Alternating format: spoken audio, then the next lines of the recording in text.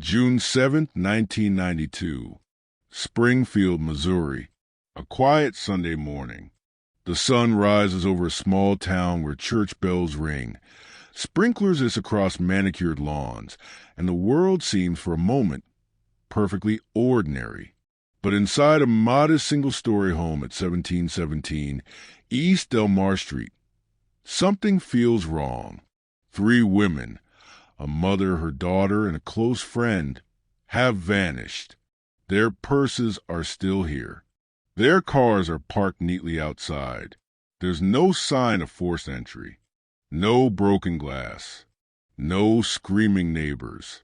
It's as if they simply evaporated. And yet, over 30 years later, no one has ever found them. No remains. No solid leads. Just whispers, theories, and a home frozen in time. This is the story of the Springfield Three, a disappearance so strange, so clean, that it still haunts investigators and true crime followers across the world. Let's rewind. It's Saturday, June 6, 1992, the first night of freedom for Springfield High School seniors. At Kickapoo High School, a graduation ceremony has just wrapped up. Friends are hugging, tossing their caps, making plans for the summer. Among them is Suzie Streeter, 19 years old, blonde, energetic, and freshly graduated. Beside her is her close friend Stacy McCall, 18, quiet, polite, and easygoing. The 2 girls have been inseparable since childhood. That evening they have plans. A graduation party. Maybe 2. Maybe more. Just a normal night of celebration. And in all the excitement, no one could have imagined that this night, the first night of their adult lives, would also be their last seen by anyone who loved them. The girls attend one party, then another. They're spotted at several get-togethers between 8 p.m. and 1:30 a.m. Nothing unusual. Laughing, taking photos, talking about heading to Branson, Missouri, the next morning to spend the day at a water park with friends. But as the night winds down, Stacy and Suzie decide to skip staying at a friend's house, where several others are sleeping on the floor. They want a shower, a real bed, some quiet, so they tell their friend they'll just head to Suzie's house, her mom's place on East Delmar, and crash there for the night. It's a simple decision, a harmless one, a detail that, years later, will chill everyone involved. At 2:15 a.m., the 2 girls leave their friend's home. They're never seen again. If you've been following this story and want to hear more cases like this, stories of disappearances, unsolved mysteries, and the truth still hiding in plain sight, subscribe to this channel. Not for entertainment, but for remembrance. Because the more we remember the missing, the harder it becomes for them to stay lost.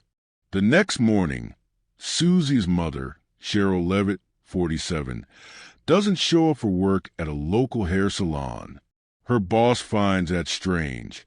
Sherrill is known for being punctual, responsible, the kind of woman who calls even if she's 5 minutes late.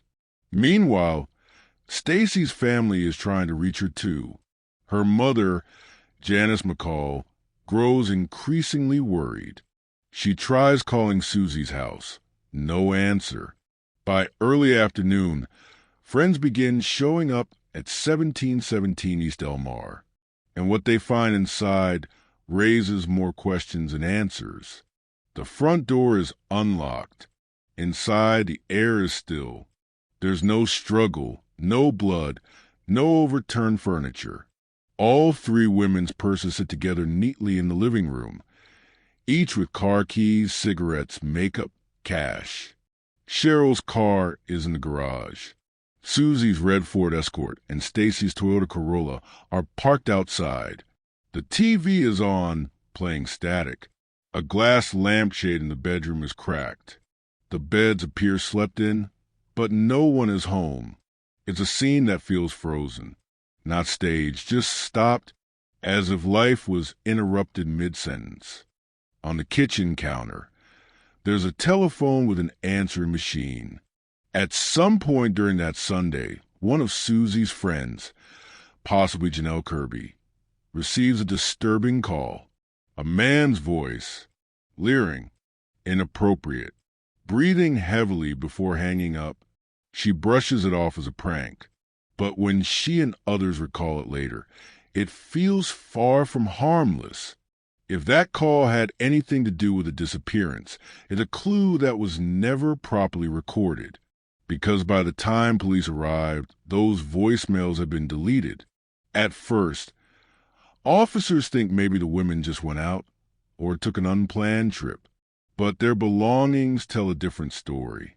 Sherrill's dog, a Yorkshire Terrier named Cinnamon, is still there, restless, barking, scratching at the back door. And then there's a strange detail one of the friends recalls. A broken globe light on the porch. Some shards swept up. Someone had cleaned it. But who? The first 24 hours are crucial in any missing persons case. But by the time police realize this is serious, by the time they secure the home, dozens of people have already been in and out. Friends, neighbors, even well-meaning visitors had unknowingly trampled through what may have been the only crime scene they'd ever get. Before we go deeper, let's pause and understand who the Springfield Three were, not just as victims, but as people. Sherrill Levitt, a single mother, hard-working, devoted, known for her kindness. She had recently bought the home on East Del Mar and was proud of it. Friends describe her as independent, meticulous, and the kind of person who made you feel welcome the second you walked in. Suzie Streeter, vibrant, headstrong, a little rebellious but grounded. She just graduated and planned to work at a local dental office. She loved her friends fiercely, and according to one of them, she had this laugh that made everyone else laugh too. Stacy McCall, gentle, thoughtful, described by classmates as the peacemaker. She was close with her family and had dreams of becoming a physical therapist. 3 women, 3 generations, 1 house, 1 vanishing. By June 8th, the search is in full motion. Flyers flood the city. Police comb through wooded areas, nearby lakes, and abandoned quarries. Leads pour in, hundreds of them. Some seem credible. Most don't. Witnesses report seeing the women in random locations, diners, gas stations, highways, but none could be confirmed. Police even question local men who had attended the graduation parties, but nothing sticks. Springfield is no longer calm. The story dominates every local newscast. Neighbors lock their doors. Parents don't let their daughters out at night. The fear is spreading, because if 3 people can vanish from a house without a trace, what's stopping from happening again? Janice McCall, Stacy's mother, becomes the face of the search effort. She organizes volunteer teams, holds press conferences, and pleads with the public for information. In one interview, she says softly, "Someone knows. Someone saw something. I just need them to tell us." Her determination becomes the emotional core of the case. Even years later, she keeps her daughter's room the same, hoping one day she'll walk back in. It's that kind of hope, the kind that lives in silence, in photographs, in birthdays that never come, that keeps this case alive long after the headlines fade. 2 weeks after the disappearance, police receive a call from an anonymous male claiming to have information, but before the dispatcher can transfer him to investigators, the call cuts off. He never calls back. For years, police would wonder, was that their chance? The one clue that slipped away forever? Rumors swirl. Maybe the women were taken by someone they knew. Maybe it was a robbery gone wrong. Or maybe, as some locals whispered, it had something to do with an old criminal case Suzie once testified in. But without evidence, every theory was just a shadow. In the months before she vanished, Suzie had testified against a man named Dustin Reckler, her ex-boyfriend and his friend Michael Clay, in a case involving stolen gold teeth from a corpse. Reckler had allegedly made threatening comments after her testimony. When police questioned him, he denied any involvement, and investigators could never link him directly to the disappearances. But for many, it's a chilling coincidence, because when 3 women disappear in one night, coincidences start to look a lot like patterns. A few days later, a woman calls the police to report seeing a green Dodge van driving erratically near the neighborhood around 3:30 a.m., roughly the time the women would have arrived home. She remembers the driver, a strange-looking man. Some witnesses even claimed to have seen a van parked outside 1717 East Del Mar that same night. But when police release a composite sketch of the suspect, the tips flood in, and yet again, nothing solid emerges. Investigators later admit that the biggest problem wasn't a lack of suspects. It was a lack of a crime scene. There was no body, no weapon, no witnesses, no blood. And without that, every theory became a ghost story. 3 women, 1 quiet house, and an empty town searching for answers in the dark. When 3 women disappear from a quiet Missouri neighborhood without a trace, the line between rumor and reality begins to blur. And soon, Springfield isn't just a small Midwestern city anymore. It's the epicenter of one of America's strangest missing persons cases. The police are searching. The families are pleading. And somewhere beneath the calm of those suburban streets, the truth is hiding. By mid-June 1992, the disappearance of Sherrill, Suzie, and Stacy dominates every local newscast. Stores print flyers. Volunteers hand them out at gas stations, restaurants, schools. Detective Rick Bookout and Sergeant Mark Webb, 2 of the lead investigators, are overwhelmed by the sheer volume of tips. Thousands in the first few weeks. Every rumor, every claim, every "I think I saw them" call must be logged and checked. But most of them lead nowhere. When 3 people vanish without witnesses, investigators face a unique kind of nightmare. Every possible theory feels both plausible and impossible at the same time. By now, the home at 1717 East Del Mar has become a symbol. Reporters film from outside. Neighbors stop and stare. Inside, the details remain hauntingly the same. 3 purses side by side. Beds slightly disturbed. A dog pacing restlessly. A TV still tuned to static. Even the coffee in the pot looks fresh. It's as though someone planned to leave for just a moment, but never came back. Investigators return again and again, hoping something, anything, was overlooked. Fingerprints, fibers, trace DNA. But back in 1992, forensic technology was limited. Whatever evidence might have existed was already trampled or cleaned up by well-meaning friends and relatives who entered before police secured the scene. And that mistake would haunt the case forever.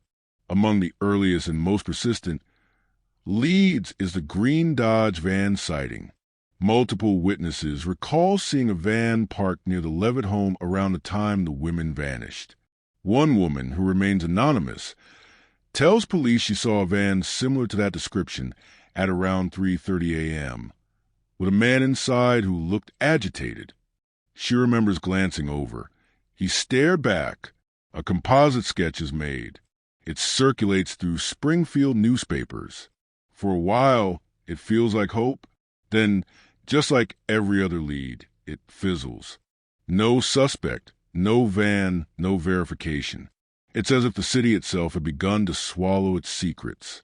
While the public obsesses over the van, investigators turn their attention to someone closer to Suzie, her former boyfriend, Dustin Reckler. Reckler and a friend, Michael Clay, were under investigation for breaking into a mausoleum and stealing gold teeth from a corpse. Suzie had testified against them, an act that reportedly angered Reckler deeply. He was questioned, but nothing connected him to the disappearances. No physical evidence, no alibi holes. Police could feel the tension. The motive sounded right. Revenge, silence, but there was nothing tangible. As Detective Bookout later said, "We had suspects with motives, but we didn't have crimes with evidence." Weeks into the search, investigators revealed that an anonymous male had called police the day after the women disappeared, claiming to have information, but the call wasn't recorded properly. It disconnected before detectives could trace it. That one call, now lost, might have been the closest anyone ever came to the truth. Imagine that. Somewhere out there in the silence of 1992, someone may have dialed in with the key to everything and slipped back into the dark. As weeks turn into months, the investigation grows desperate. Police search rural properties, fields, and lakes. Cadaver dogs are brought in. Helicopters scan from above. Hundreds of tips continue to flood in from across the country. Alleged sightings in Florida, Oklahoma, even Canada. None of them pan out. Each false lead chips away at the family's hope. To lose a loved one is one kind of pain. But to lose three with no answers is to live in a world that stopped making sense. In 1997, 5 years after the disappearance, a local tipster contacted investigators with a story. He claims that while digging in a concrete parking garage under construction in downtown Springfield, he noticed an odd void beneath the floor, something that looked like a possible burial site. Police consider the location, the Cox Hospital parking structure, just a few miles from the Levitt home. But ground-penetrating radar was primitive at the time, and the technology gives unclear results. Still, a scan detects 3 possible anomalies beneath the concrete, 3 shapes, 3 missing women. The math feels too perfect to ignore. The parking garage rumor becomes one of the most infamous aspects of the Springfield Three case. Private investigator Rick Norland, a retired mechanical engineer, revisits the site years later and performs his own scan. He claims to find the same results. 3 anomalies about 3 feet wide and 6 feet long, the size of human graves. But police remain skeptical. The city refuses to tear up the concrete without stronger evidence, citing the cost and the fact that the radar results could indicate anything: air pockets, debris, utility lines. So the garage remains untouched. To this day, the area beneath it has never been excavated. Imagine driving over that parking lot, unaware that beneath your tires, some believe the answer has been waiting all along. The green Dodge van returns to the headlines in 2002 when a local journalist revisits the case on its 10th anniversary. A man calls the newsroom, claiming he once owned a van matching that description, and that he sold it to someone around the time of the disappearance. The lead is investigated, but once again goes nowhere. No ownership records, no trace of the vehicle, no connection to the women. At this point, the van becomes less a clue and more of a symbol of everything in this case that vanishes just before it's found. Years pass. Investigators turn their eyes to Robert Craig Cox, a convicted kidnapper and suspected murder with ties to Springfield. Cox, a former Army Ranger, had been living in the area around the time of the disappearances. When questioned, he claims he was in church with his girlfriend the morning after the women vanished, an alibi that, strangely, his girlfriend later retracts. In 1996, while in prison in Texas, Cox gives an interview to a journalist. His words are chilling. "I know they're dead," he says, "and I know the person who did it."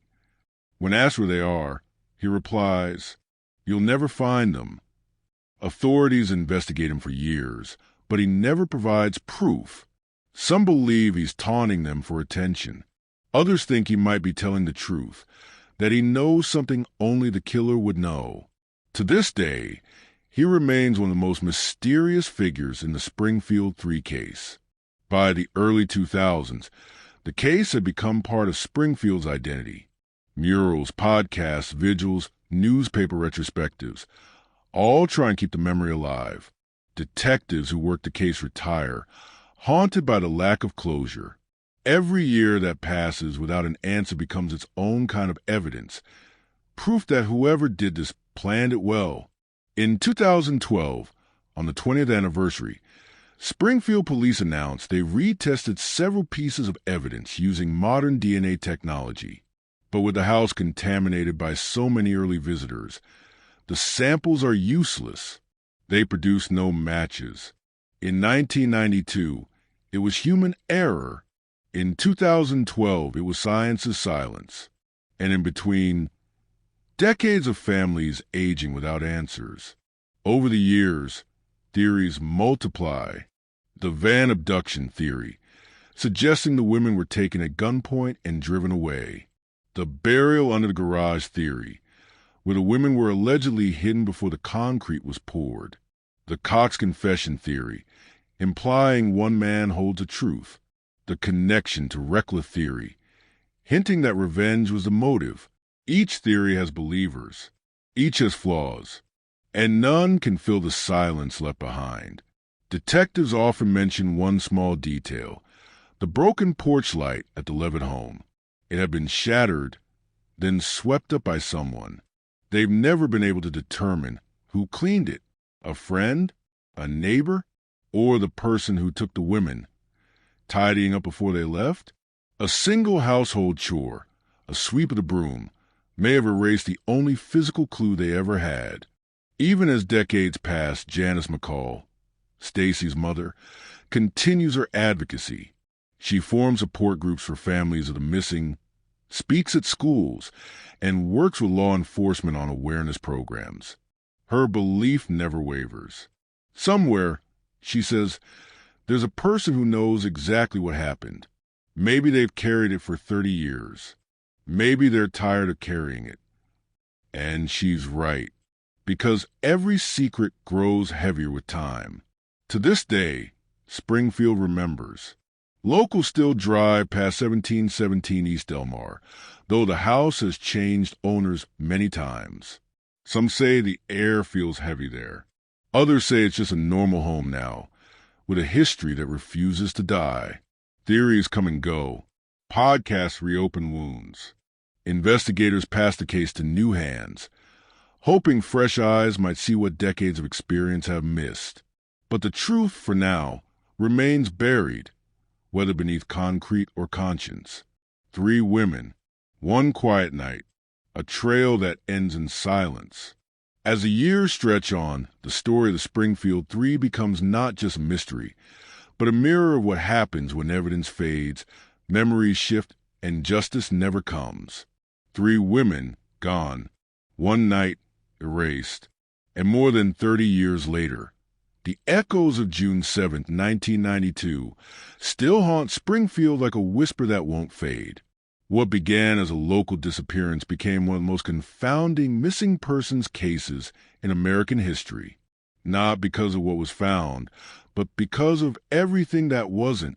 It's been decades since that quiet neighborhood on East Delmar Street became a crime scene. Kids who grew up seeing the missing posters are adults now. Some of the detectives have passed away.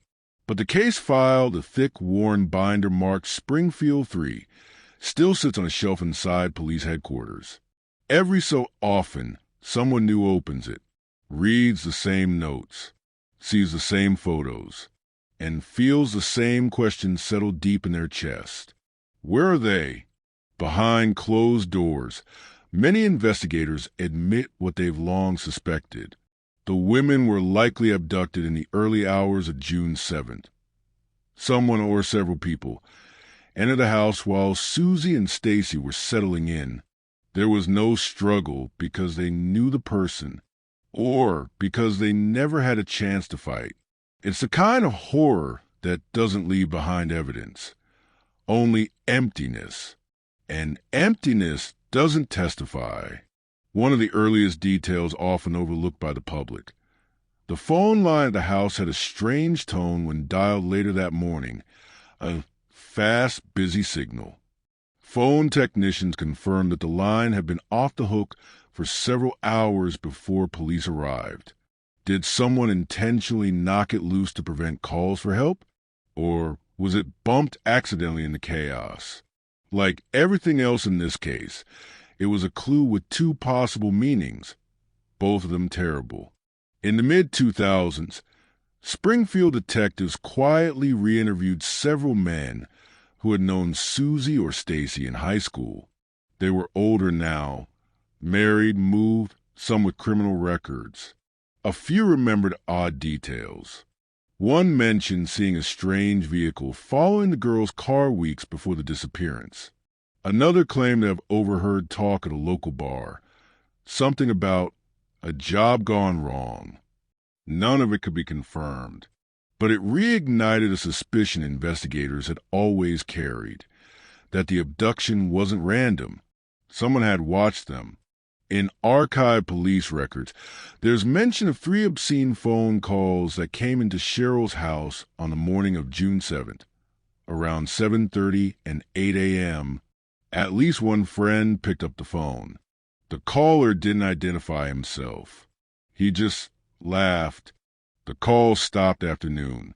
To this day, no one knows if those calls were from the killer or from someone cruelly taking advantage of a tragedy.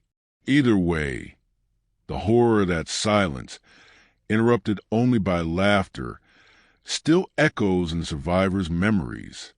Over the years, 4 dominant theories have defined the conversation. Theory 1, the van abduction, the most widely believed scenario. Someone confronted the women outside or inside the house, forced them into a vehicle, possibly the green Dodge van, and drove them away before sunrise. A fast, silent, controlled abduction. Theory 2, the retaliation theory. That Suzie's testimony against Dustin Reckler led to revenge. That the abduction was planned to send a message, but the lack of violence or break-in contradicts that pattern. Theory 3, the serial connection. Some suggest the women were victims of a transient serial offender passing through southern Missouri, possibly connected to similar unsolved disappearances across state lines. But no concrete forensic link has ever been proven. Theory 4, the burial beneath concrete.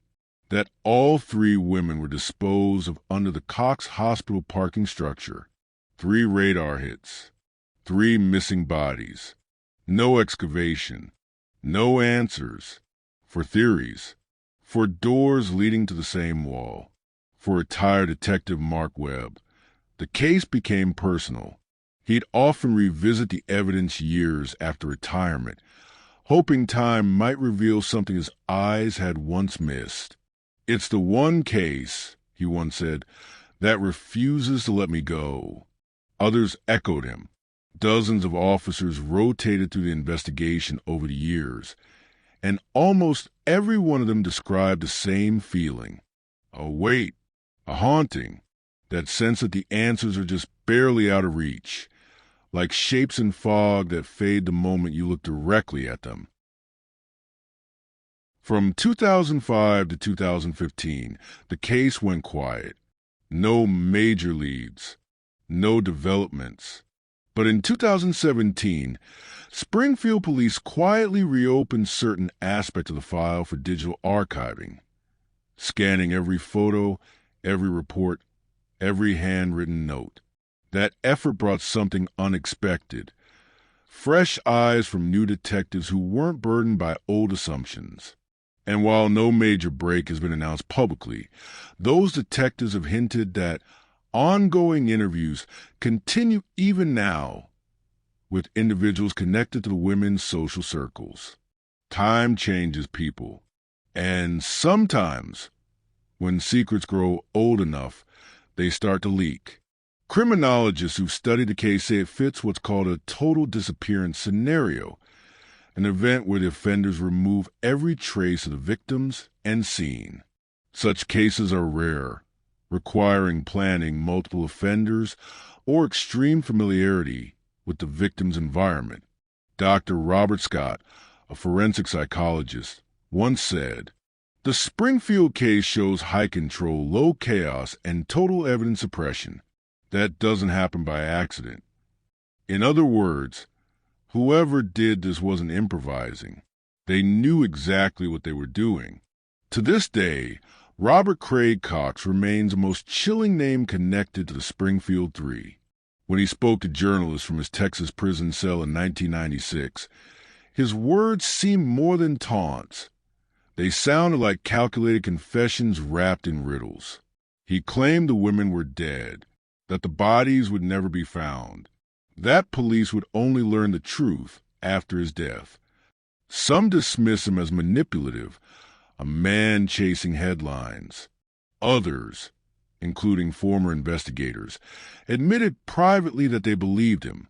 If Cox is telling the truth, then somewhere in his memory lies the key to this entire mystery.